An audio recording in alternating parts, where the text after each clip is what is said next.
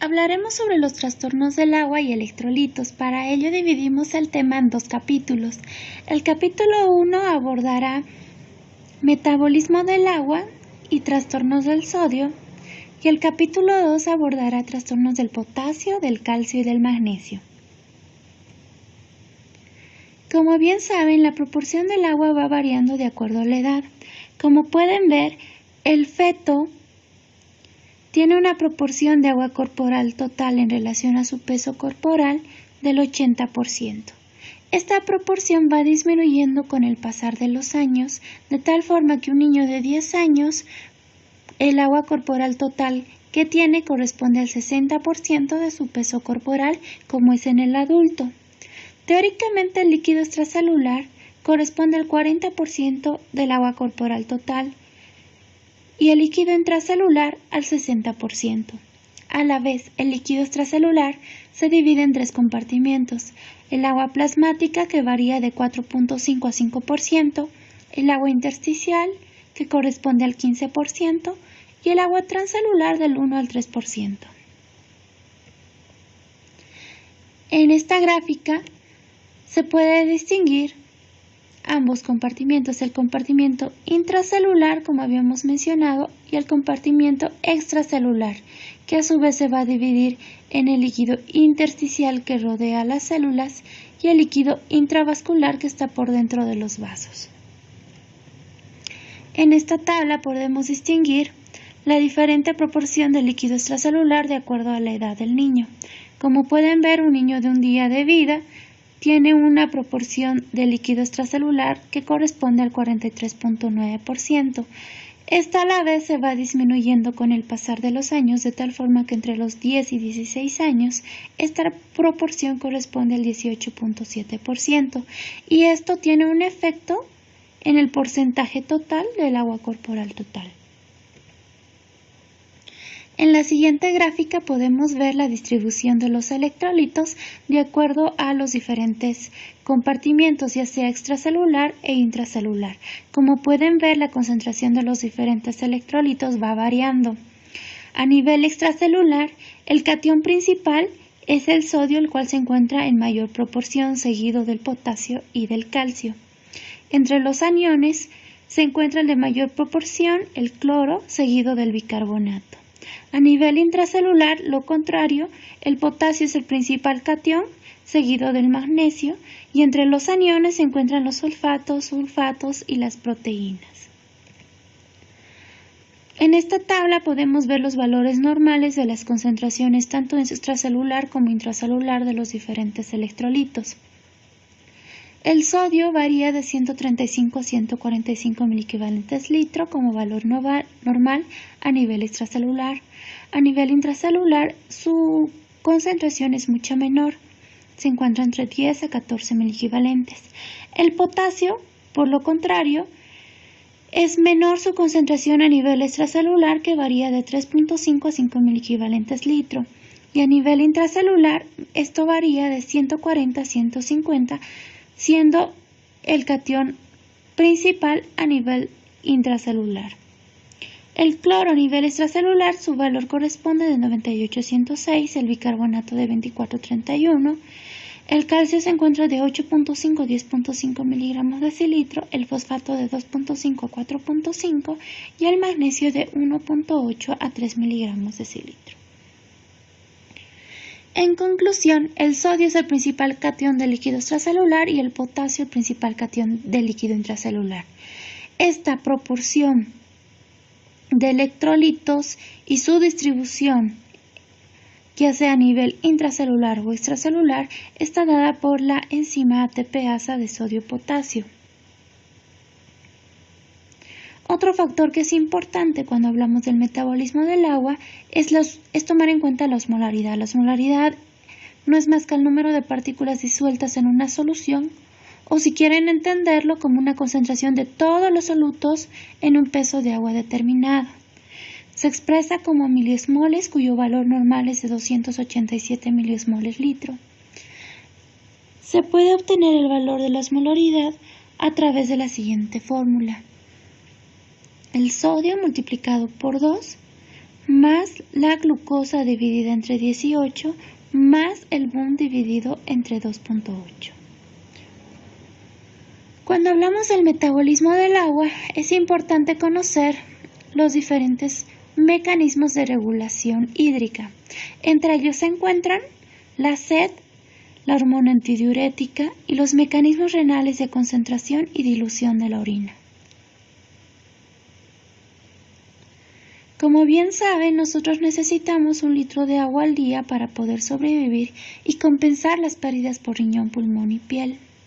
Por tanto, podemos entender la sed como un mecanismo de compensación de la deshidratación, es decir, el deseo de ingerir agua. Para que se lleve a cabo este mecanismo, se necesita un estímulo, ya sea mínimo o máximo.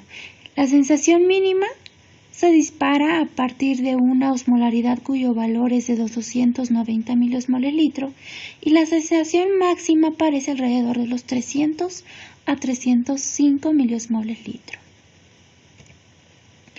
En esta gráfica podemos ver el otro mecanismo que es la liberación de la hormona antidiurética, ya sea por un estímulo a nivel de los osmoreceptores y vasoreceptores cardiopulmonares, es que va a haber una liberación a través de las neuronas supraópticas y paraventriculares que se encuentran a nivel del hipotálamo, que van a liberar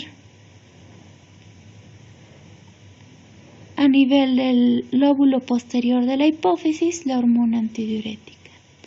Esta va a ir a actuar a nivel de los túbulos colectores por medio de la expresión de las acuaporinas, las cuales se van a encargar de reabsorber agua. Y de esta forma van a formar o una orina muy concentrada o una orina muy diluida. Cuando hablamos de orina muy concentrada, nos referimos a que su osmolaridad varía de 1200 a 1300 miliosmoles litro. Por otro lado, cuando hablamos de una orina muy diluida, lo mínimo es de 50 miliosmoles litro. Para que se libere la hormona antidiurética, solo basta un incremento de la osmolaridad plasmática en 2.9. Como pueden ver en esta gráfica, son los dos mecanismos que íbamos mencionando, que a través de la regulación ya sea del volumen o de la osmolaridad se van a activar los osmoreceptores y vasoreceptores para llevarse a cabo el mecanismo de la sed, que nos va a permitir una mayor ingesta de agua, y la liberación de la hormona antidiurética, que va a reabsorber agua a nivel del riñón. Todo esto va a llevar a incremento de la volemia. En este gráfico podemos ver cómo es el mecanismo de acción de la hormona antidiurética. Esta va a activar los receptores que se encuentran en los túbulos colectores.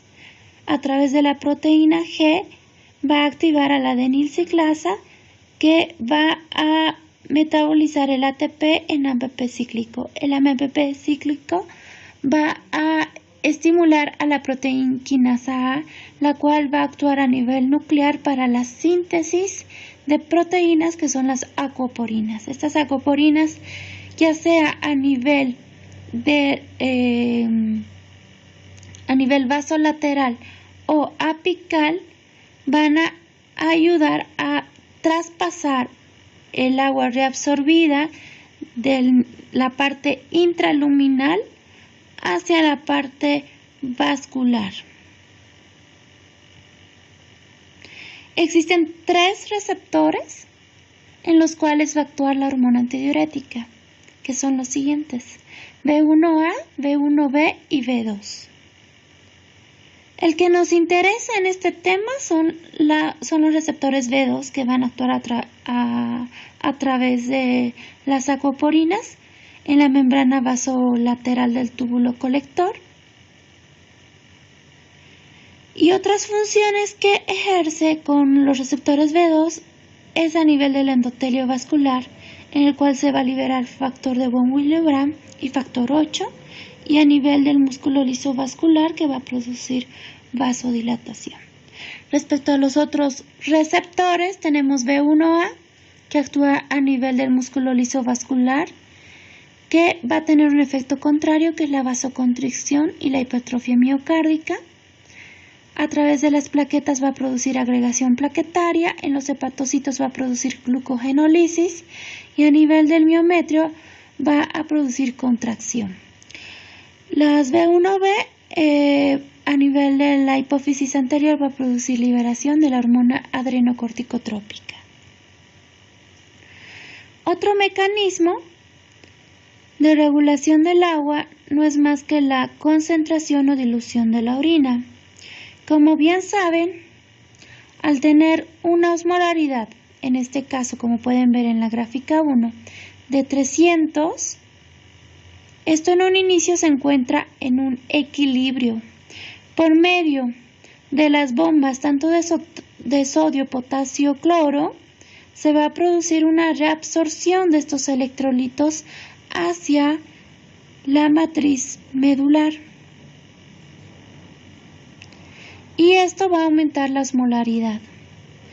Para lograr regular y equilibrar la osmolaridad es que el agua va a pasar de la parte intraluminal hacia la médula,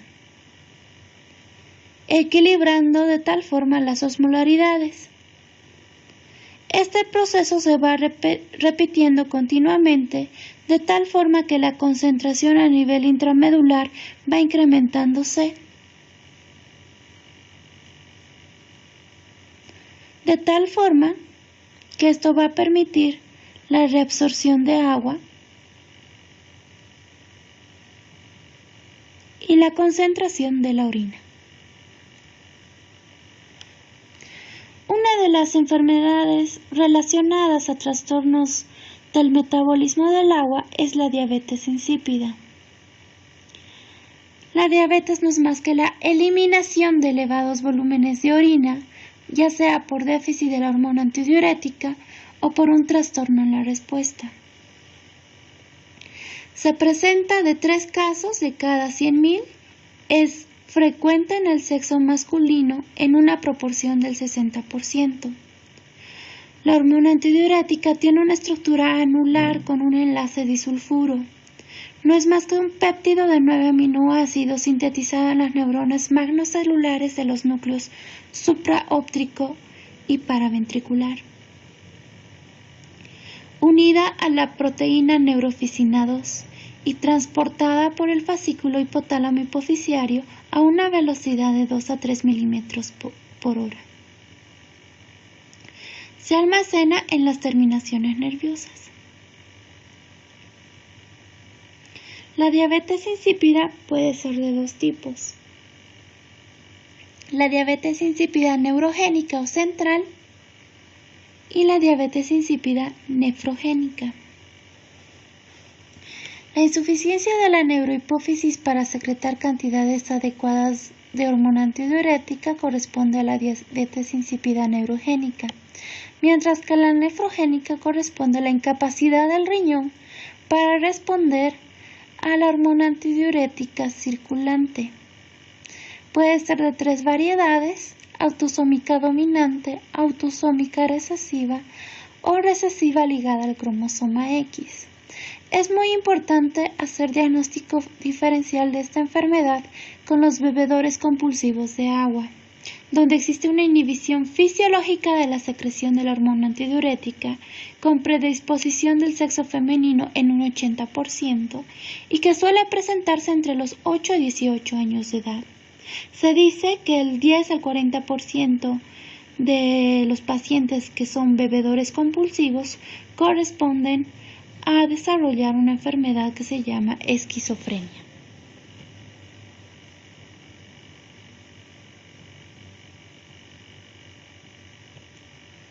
Existen diferentes causas que producen la diabetes insípida, de tal forma que tanto la proporción como la variedad de la etiología varía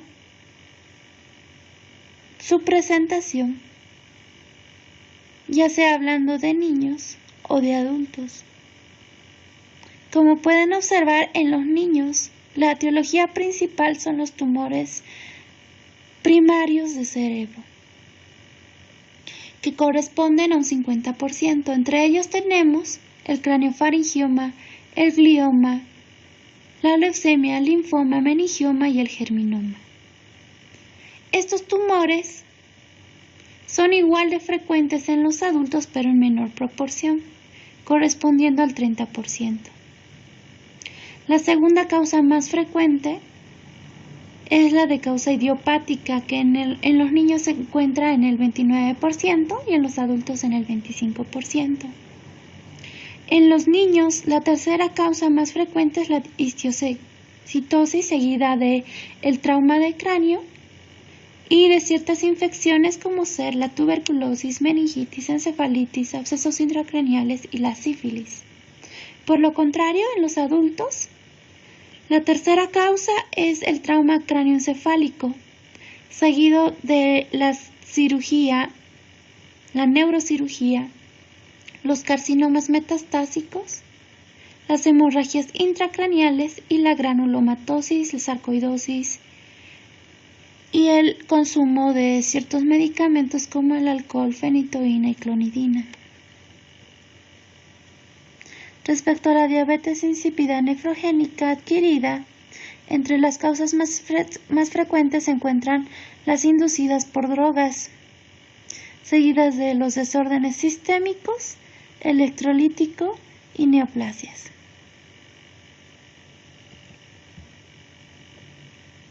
En esta tabla podemos ver la edad de presentación y la alteración genética para que se lleve a cabo ya sea una diabetes insípida central o nefrogénica.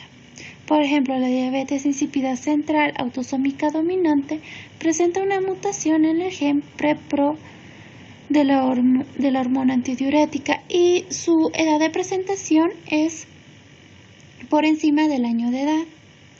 La diabetes insípida central de tipo autosómico recesivo se debe de lesiones mitocondriales 4p16 y se presenta en menores de 1 año. Por otro lado, la diabetes insípida nefrogénica ligada al cromosoma X puede deberse a mutaciones del gen ABPR2 y suele presentarse en menores de 1 semana. La diabetes insípida nefrogénica autosómica recesiva dominante se debe también a mutaciones de genes de la coporina y al igual se presentan en menores de 1 semana. ¿Cuál es la clínica o sintomatología de la diabetes insípida?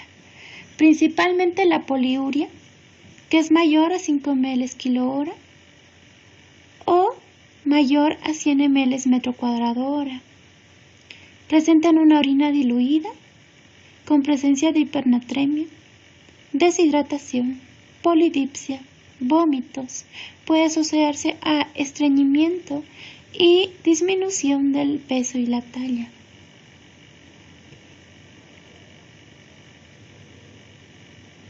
La diabetes insípida central se caracteriza por una poliuria muy frecuente, con grandes volúmenes de orina.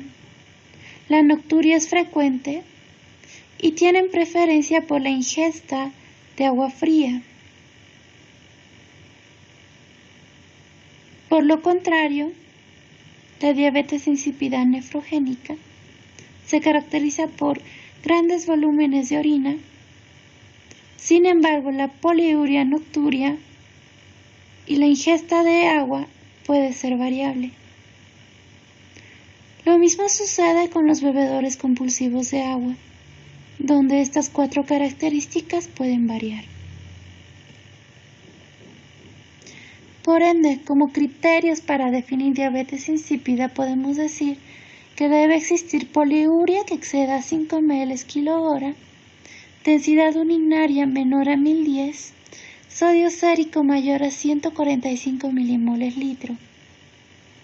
La osmolaridad sérica aumentada más glucemia y uremia normal nos hace sospechar de una deficiencia o incremento de la hormona antidiurética, mientras que una osmolaridad baja sérica más una osmolaridad urinaria baja nos hace pensar en un bebedor compulsivo de agua.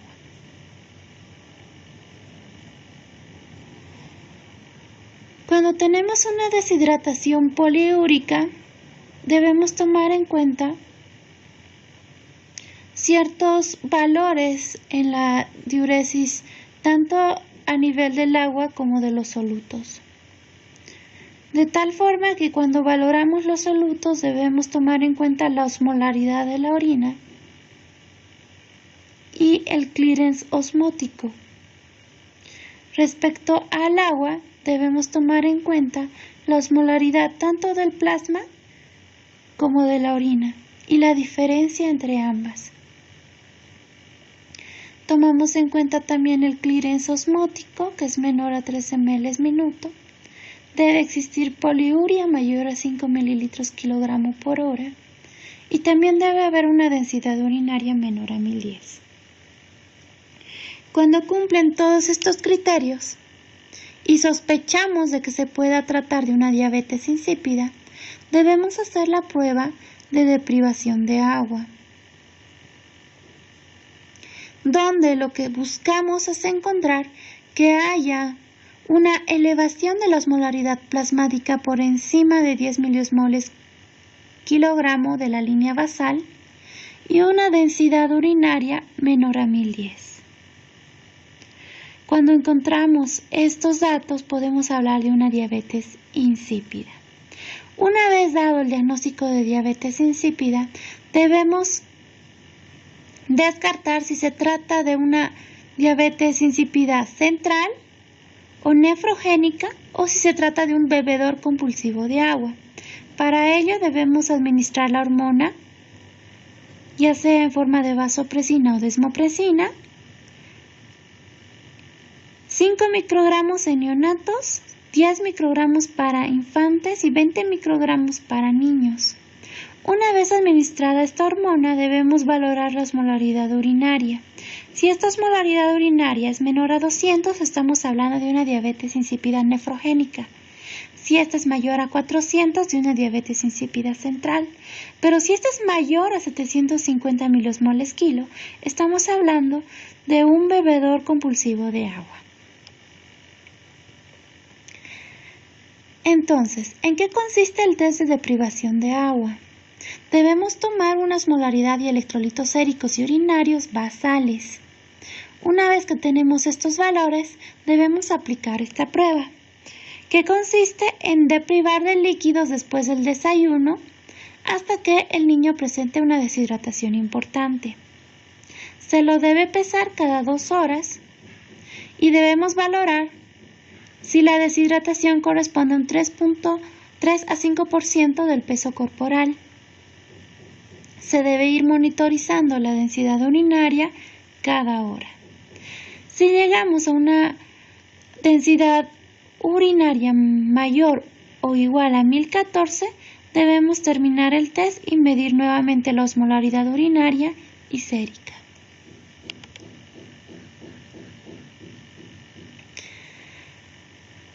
Posteriormente, debemos medir tanto osmolaridad y electrolitos séricos urinarios. Este test de deprivación debe durar aproximadamente 7 horas y en lactantes 4 horas.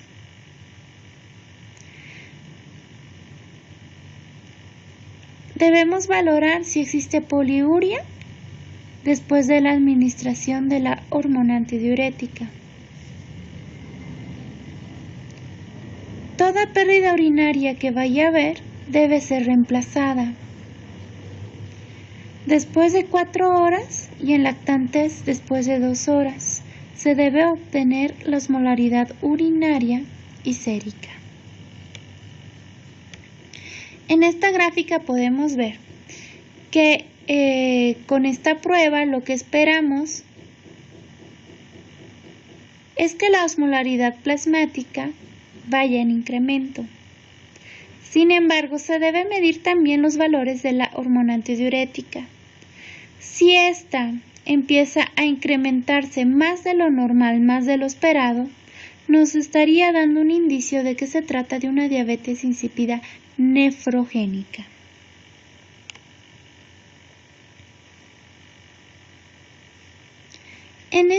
En esta tabla podemos distinguir cómo es el comportamiento de diferentes factores que se deben valorar para distinguir si se trata de una diabetes insípida central o nefrogénica o si se trata de un bebedor compulsivo de agua.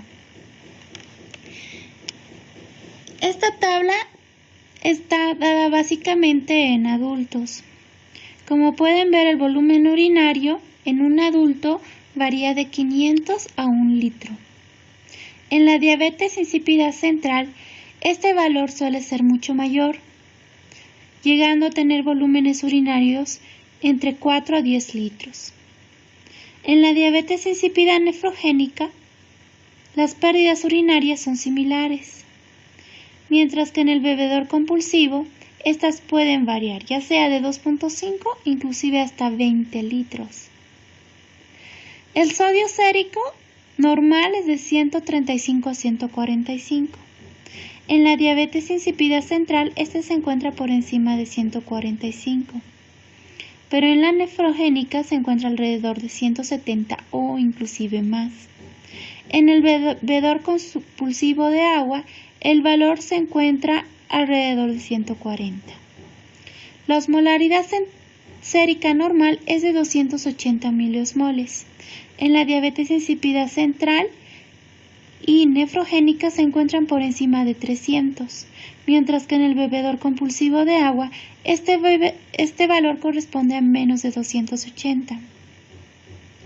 La densidad urinaria en la diabetes insípida se encuentra por debajo de 1010 y en el bebedor compulsivo de agua por debajo de 1020. Lo normal es que sea un valor mayor a 1010. La osmolaridad urinaria igual varía. Tenemos un valor normal de 50.400, pero en la diabetes insípida central el valor es menor a 200 por lo general. Y el valor de la hormona antidiurética suele ser baja en la diabetes insípida central, normal o incrementada en la nefrogénica y disminuida en el bebedor compulsivo de agua.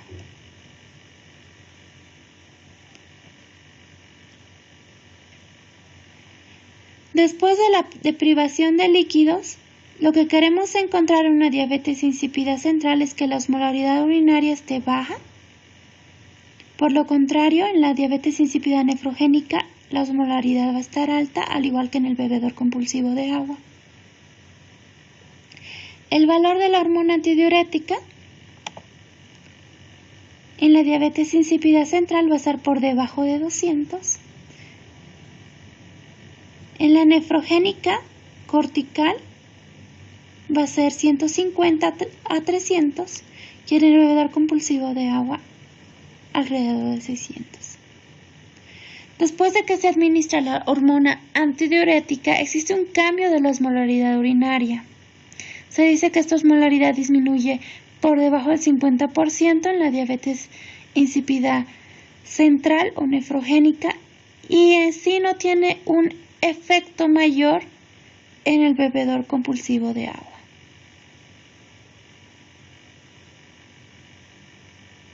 La diabetes insípida central, el tratamiento consiste en la administración ya sea de desmopresina o vasopresina. Generalmente se requiere de 5 a 20 microgramos diarios. Otro tipo de tratamiento a administrar es la clorpropamida, que reduce el 25 a 75% de la poliuria. El clofehidrato también ha sido aplicado para reducir la poliuria en diabetes insípida central. Los diuréticos tiazídicos de 2 a 3 miligramos kilogramo día se utilizan en ambos tipos de diabetes insípida, ya sea central o nefrogénica. La hidratación debe requerir también dextrosa al 3%. Deben manejarse con dieta hiposódica y posmolar en la diabetes insípida nefrogénica. Y generalmente se acompaña a este trastorno de hipocalemia, por ende es muy importante los diuréticos ahorradores de potasio. Ahora bien, vamos a hablar sobre el metabolismo del sodio y posteriormente los trastornos que pueda presentarse en relación a este electrolito. El sodio está conformado por 11 protones y 12 neutrones, cuyo peso atómico es de 23.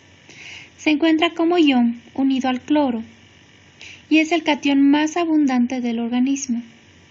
Se dice que se encuentra en una proporción de 61 miliequivalentes por kilo en el niño y de 81 miliequivalentes por kilo en el recién nacido.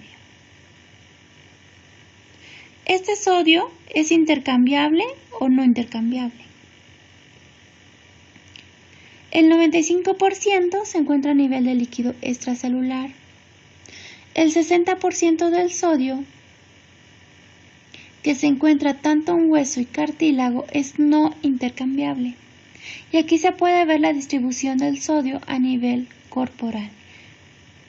Su distribución tanto en el plasma, hueso, tejido conectivo, líquido intersticial, el espacio intracelular, transcelular.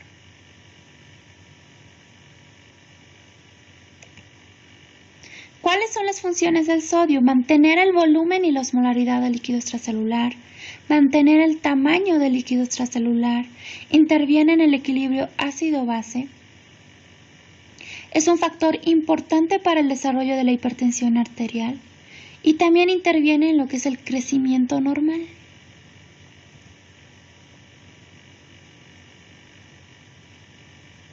Respecto al sodio intercambiable, este se va a distribuir en los diferentes espacios. En el espacio intersticial corresponde el 45% del sodio intercambiable, a nivel transcelular al 40%, ya sea como una fracción de sodio en el hueso, tejido conjuntivo denso, cartílago intercambiable o líquidos transcelulares, y a nivel plasmático va a corresponder al 16% de sodio intercambiable.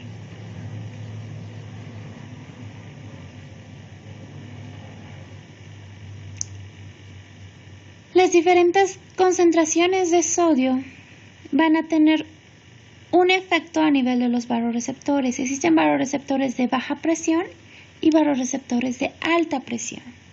Los vasoreceptores de baja presión están relacionados con los que liberan hormona antidiurética y el factor natriurético auricular. Por otro lado, los vasoreceptores de alta presión se encuentran a nivel del arco aórtico, del seno carotídeo y del aparato yuxtaglomerular, donde se libera la renina. Por tanto, cuando existe un incremento del volumen circulante efectivo, existe un estiramiento de los vasoreceptores de la aurícula izquierda. Esto va a activar a las células que se encuentran a nivel del tallo cerebral y de la médula, donde se va a inhibir el sistema simpático y va a excitar el centro cardioinhibitorio. Va a haber una descarga vagal y parasimpática. Por otro lado, va a haber liberación del factor natriurético auricular a nivel de la aurícula derecha, dilatación del músculo liso de los vasos sanguíneos, va a inhibir la liberación de renina, aldosterona y hormona antidiurética y va a producirse una hiperfiltración glomerular y reducción del transporte de sodio en el túbulo colector medular.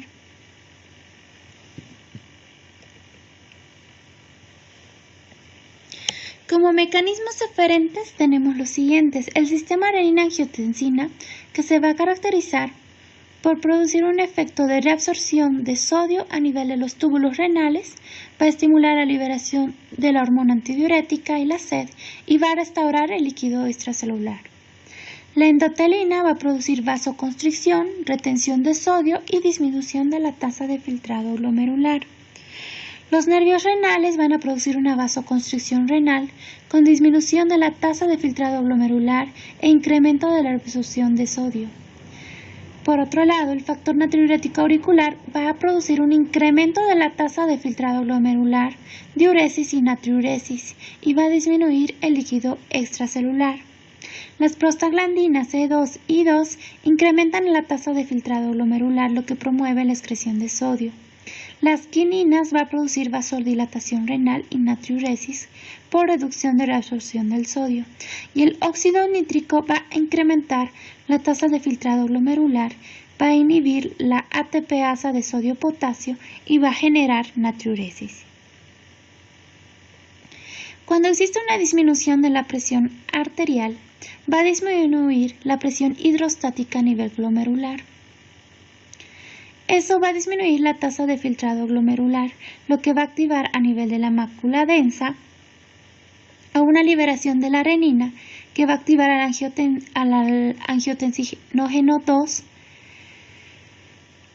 que va a formar angiotensina, ya sea la 1 y la 2, y la angiotensina 2 básicamente va a actuar a nivel de la arteriola eferente, aumentando la resistencia.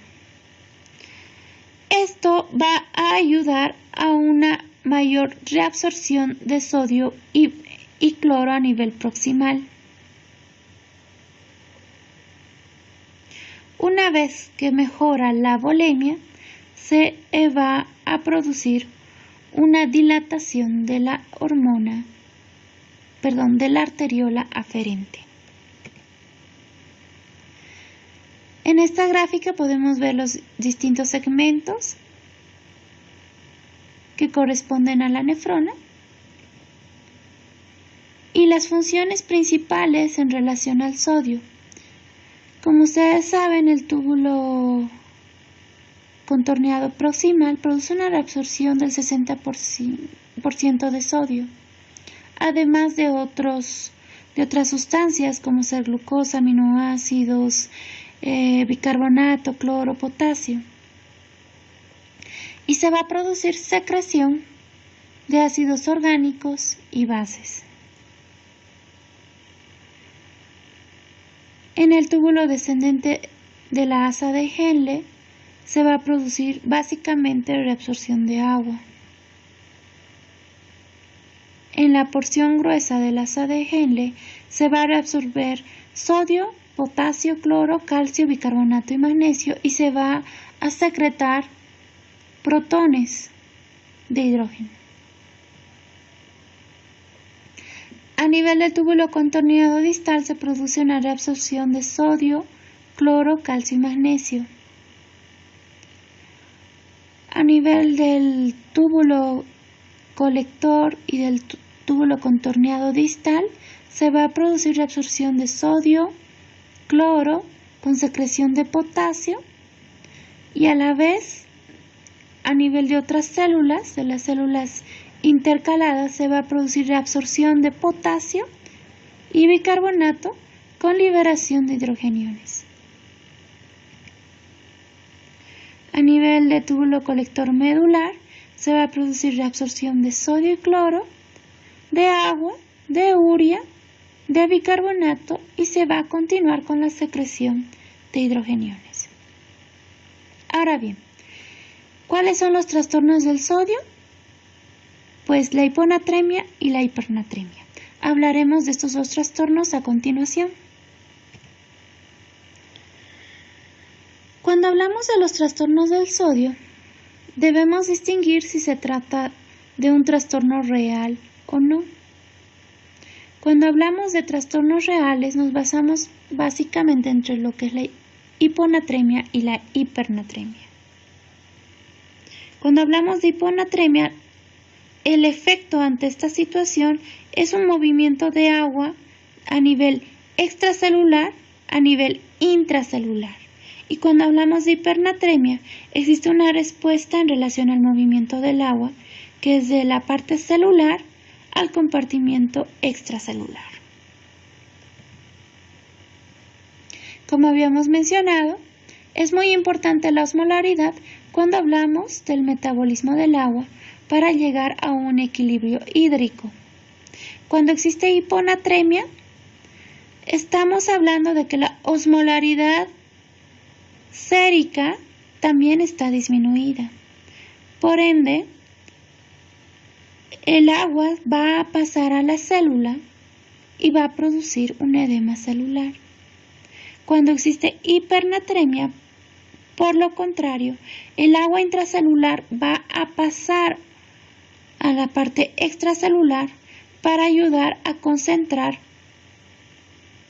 a este nivel y producirse un equilibrio de las osmolaridades. En esta gráfica podemos ver que cuando hablamos de normonatremia, el valor oscila entre 135 a 145 miliosmoles litro. Una hipernatremia leve corresponde a un valor mayor a 145 y severa cuando este valor es mayor a 155. Por lo contrario, una hiponatremia leve se debe a un valor menor a 135 y una hiponatremia severa por debajo de 125. Hablemos sobre las hipernatremias. Principios generales. La hipernatremia no es una enfermedad. Se podría decir que es un síndrome. Por ende, es muy importante cuando hay un trastorno del sodio buscar la causa que está produciendo este trastorno. Cuando hablamos de hipernatremia debemos tomar en cuenta que el líquido intracelular está contraído y el principal órgano susceptible es el cerebro, donde existe riesgo de presentar una hemorragia a nivel del sistema nervioso central. Por otro lado, debemos tomar en cuenta la osmolaridad urinaria, porque esto nos va a ayudar a determinar el tipo de hipernatremia que pueda estar cursando el niño. El tratamiento se basa básicamente en detenerse las pérdidas de agua libre y en administrar una solución hipotónica. Por definición, podemos entender la hipernatremia como una concentración mayor a 150 miliequivalentes litro. Para compensar esta concentración, existe una estimulación de liberación de la hormona antidiurética y de la sed. Y se presenta cuando hay una deshidratación o hidratación normal o cuando hay sobrehidratación. Por eso es muy importante valorar la volemia del niño cuando tenemos un valor de hipernatremia, ya que el manejo va a variar de acuerdo a estas circunstancias. Causas de hipernatremia. Entre ellas tenemos la ganancia de sal, la pérdida de líquidos hipotónicos o la pérdida de agua pura. Cuando hablamos de ganancia de sal, incluimos las siguientes consideraciones: la administración de bicarbonato de sodio o la preparación inadecuada de sales de hidratación. Cuando hablamos de pérdida de líquidos hipotónicos, puede ser debido a una diarrea, a una displasia renal, a una diuresis osmótica, a diabetes mellitus o a una uropatía obstructiva. Cuando hablamos de pérdida de agua pura, puede deberse a una diabetes insípida central o nefrogénica. Entonces, cuando tenemos un valor de hipernatremia por una concentración sérica de sodio mayor a 150, debemos valorar en primera instancia la volemia. Si esta se trata de una hipovolemia, debemos también solicitar electrolitos urinarios. Si la pérdida de sodio a nivel urinario es mayor a 20, nos hablará de pérdidas renales de sodio, que podrá deberse a una enfermedad renal intrínseca, a procesos obstructivos o a diuréticos. Pero si el valor se encuentra menor a 20, hablaremos de pérdidas extrarrenales, como ser quemaduras, diarreas, fístulas. Si tenemos estos valores, es decir, un paciente con hipovolemia, con pérdidas de sodio, nos hará pensar en que la causa es una pérdida de líquidos hipotónicos. Por otro lado, si el niño se encuentra euvolémico, las pérdidas de sodio pueden ser variables. Y esto nos puede ir a hablar de una hipodipsia, diabetes insípida, pérdidas insensibles, ya sea por vía respiratoria o a través de la piel, que nos está hablando de una pérdida de agua pura. Pero si encontramos hipernatremia en un niño con hipervolemia y con sodio urinario mayor a 20, nos hará pensar en un hiperaldosteronismo, en un síndrome de Cushing, en una diálisis hipertónica, en administración de bicarbonato de sodio, tabletas de cloruro de sodio, que nos hará sospechar de una ganancia de sal. ¿Cuál es la clínica de la hipernatremia? Somnolencia, coma, convulsiones, hipertonía, rigidez, hiperreflexia. Como pueden ver, los principales síntomas son neurológicos. Por tanto, cuando tenemos un valor de hipernatremia, debemos solicitar sodio sérico, debemos solicitar la osmolaridad, debemos tomar en cuenta el hematocrito, el BUN, la glucosa. Y de acuerdo a esto nos orientará sobre el manejo y sobre el tipo de clínica que podemos encontrar en el niño. ¿Cómo manejamos la hipernatremia hipovolémica? El hecho de que el niño esté hipovolémico nos está hablando de que está deshidratado. Por ende, en todo niño deshidratado debemos administrar cargas, y estas cargas pueden ser ya sea de Ringer lactato o de solución fisiológica de 20 a 30 mililitros kilogramo peso.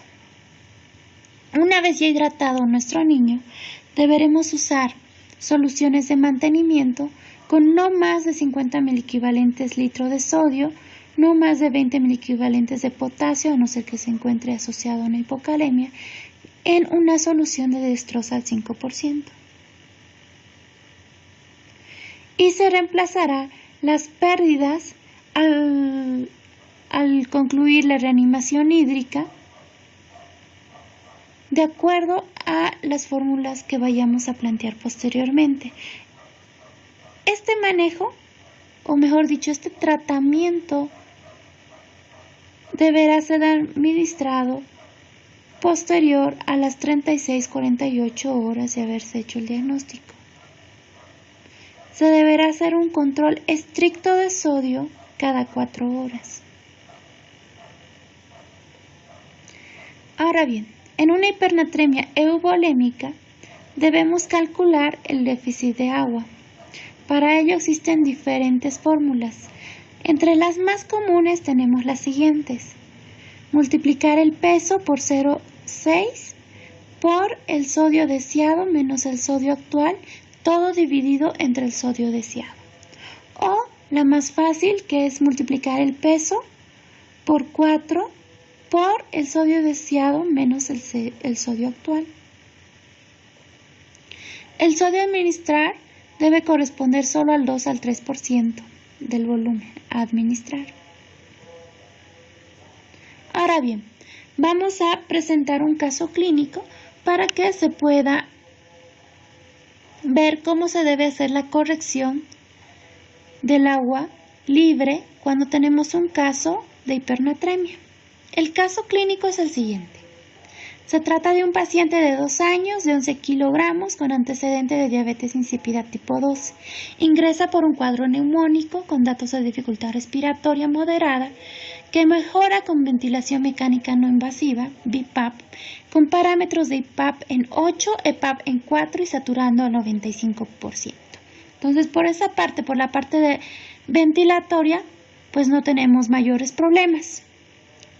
No hay datos de deshidratación, pero entre sus laboratorios, lo que llama la atención es un sodio sérico de 162 con una osmolaridad de 310, densidad urinaria de 1005 y diuresis horaria de 8 ml kilogramo hora. Como pueden ver, es un niño que está desarrollando una deshidratación hipernatrémica. Pero, clínicamente aún se está compensando. Lo que debemos hacer es corregir este valor de 162.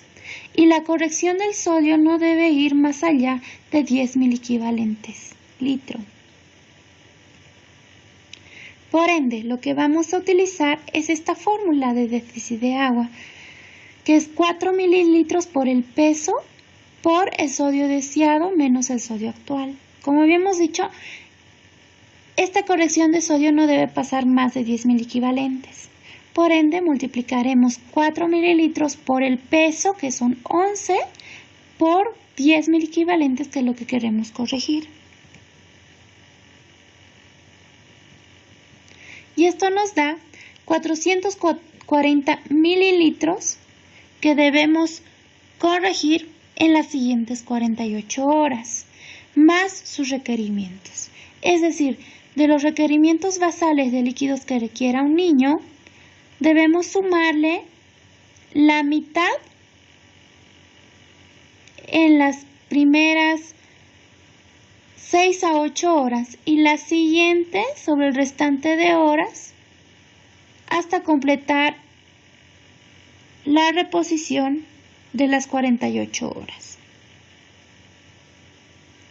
Ahora bien, hablemos del otro trastorno, que es la hiponatremia.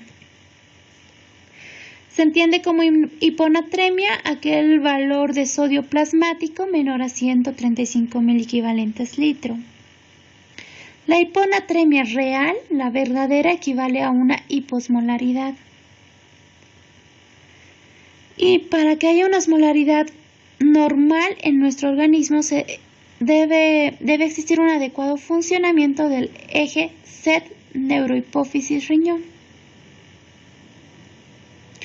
Ahora bien, cuando existe hiponatremia, puede deberse a diferentes mecanismos, entre ellos los siguientes: la entrada de sodio a la célula por pérdida de potasio, la pérdida de sodio a través del riñón, tracto gastrointestinal o piel, por retención de agua donde existe edema o por la salida de agua a la célula. Causas de hiponatremia hipovolémica. Se encuentran las pérdidas extrarrenales de sodio, donde existen pérdidas gastrointestinales, las quemaduras, pancreatitis, peritonitis, traumatismo muscular. Las pérdidas renales, donde existen excesos de diuréticos, insuficiencia suprarrenal primaria, acidosis tubular renal proximal o drenajes como ser un tubo pleural. La hiponatremia hipervolémica, por otro lado, puede estar relacionado con estados edematosos donde exista insuficiencia cardíaca congestiva, síndrome nefrótico o insuficiencia hepática, y la enfermedad renal, ya sea aguda o crónica. Por otro lado, la hiponatremia euvolémica está relacionada con intoxicaciones por agua o por excesos de la secreción de la hormona antidiurética, como el SHIHAD, la meningitis, el trauma cráneoencefálico, el síndrome Guillain-Barré, la hemorragia subaracnoidea, drogas o de causa pulmonar, cardíaca o hepática. Entonces, cuando hablamos de una hiponatremia, tenemos un valor de hiponatremia, debemos hacernos la siguiente pregunta: si refleja una concentración acuosa baja de sodio, si refleja hipotonicidad y cuál es el volumen de líquido extracelular. Ya que la hiponatremia podemos clasificar en una pseudohiponatremia, cuando existe hiperlipidemia o hiperproteinemia, que puede simular una hiponatremia, o una hiponatremia ficticia, como en el caso de la diabetes mellitus, donde por cada 100 miligramos decilitros de glucosa se disminuye 1.6 miliequivalentes de sodio. O si se trata de una hiponatremia verdadera. Por tanto, cuando vayamos a hacer diagnóstico de hiponatremia, debemos descartar las falsas hiponatremias. Por ende, es muy importante conocer el valor de la osmolaridad plasmática. Debemos conocer si existe una adecuada función de la hormona antidiurética, es decir, si la osmolaridad urinaria está por debajo de 100 milismoles kilogramo. Debemos diferenciar la depresión del volumen efectivo de la normovolemia o si existe pérdida renal de sal a través de un sodio urinario. Y debemos hacer obtener el FeNA, cuyo valor menor a 1% nos está hablando de hipovolemia. Entonces, como habíamos dicho, la hiponatremia se debe distinguir primero. La pseudohiponatremia se debe descartar que se trate de estas. Si ya sabemos que con una osmolaridad disminuida estamos hablando de una hiponatremia verdadera, deberemos valorar la volemia del niño. Si la volemia está disminuida, deberemos solicitar igual sodio urinario para ver si las pérdidas son de causa renal o extrarrenal. Si el volumen extracelular está aumentado, a la vez igual nos sirve solicitar el sodio urinario para ver si se trata de una lesión renal o si se trata de un síndrome nefrótico, cirrosis o insuficiencia cardíaca. Y si el volumen extracelular es normal, debemos descartar que no se trate de una secreción inadecuada de la hormona antidiurética, que no se trate de hipotiroidismo, déficit de glucocorticoides o polidipsias psicógenas, potomanías por cerveza en niños grandes, en adolescentes prácticamente con cierto tipo de vicios. Y asociarse también a la administración de ciertas drogas. Entonces, como pueden ver, es muy importante conocer la osmolaridad y luego la volemia y siempre solicitar electrolitos urinarios para ver el tipo de pérdidas que podemos encontrar, si son renales o no. ¿Cuál es la clínica? La clínica también es neurológica, como en la hipernatremia, solo que la clínica puede estar relacionada en la hiponatremia con datos de edema cerebral. A la vez puede asociarse anorexia, náuseas, calambres, cefalea, hiporreflexia, disminución progresiva de la conciencia, y cuando está por debajo de menos de 110 miliequivalentes litro, puede haber inclusive convulsiones, coma o muerte. Siempre se debe solicitar la osmolaridad, se debe solicitar una biometría hemática, ver cómo es el comportamiento del boom, de la glucosa. Se deberá valorar la parte neurológica, cómo está el tracto neurológico a nivel muscular, si hay debilidad. Y una vez ya establecido el diagnóstico de hiponatremia, deberemos tratar la hiponatremia. Para ello debemos asegurar una adecuada circulación, una rápida elevación del sodio en la hiponatremia sintomática, que esto sea importante. En la sintomática es importante que sea el tratamiento rápido, solo en esta. La remoción del exceso de agua si está presente, el mantenimiento de los niveles normales de sodio. Entonces, ¿qué consideraciones debemos tomar? Pues si existe presencia o ausencia de la sintomatología del sistema nervioso central, si existe severidad de la hiponatremia, la causa de la hiponatremia, cómo está el volumen del líquido extracelular y la rapidez con la que se instauró el cuadro clínico.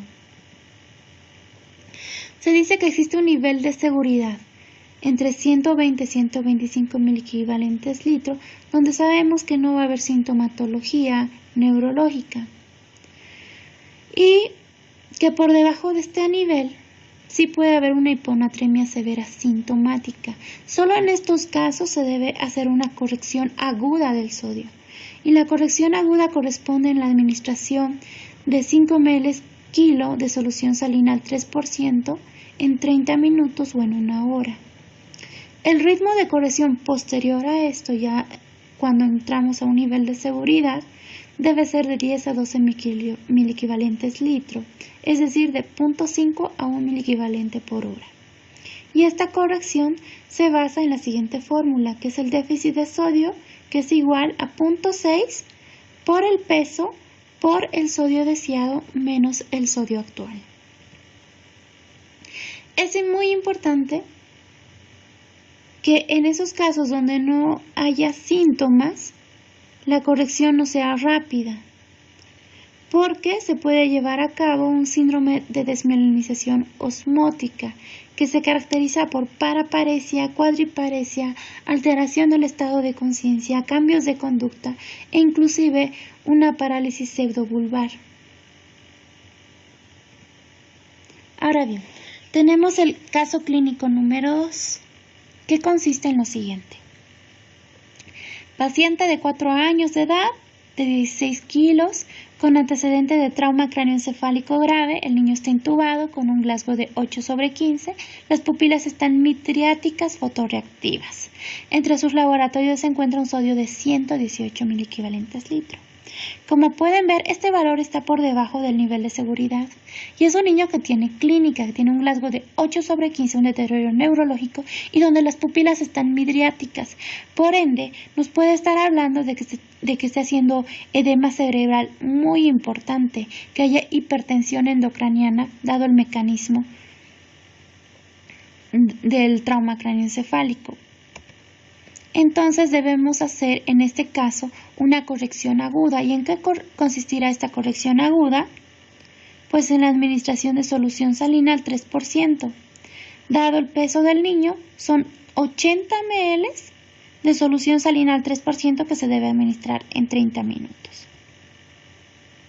Una vez administrado esto y con un valor de seguridad por encima de 120 a 125, deberemos hacer la corrección del sodio en forma más lenta.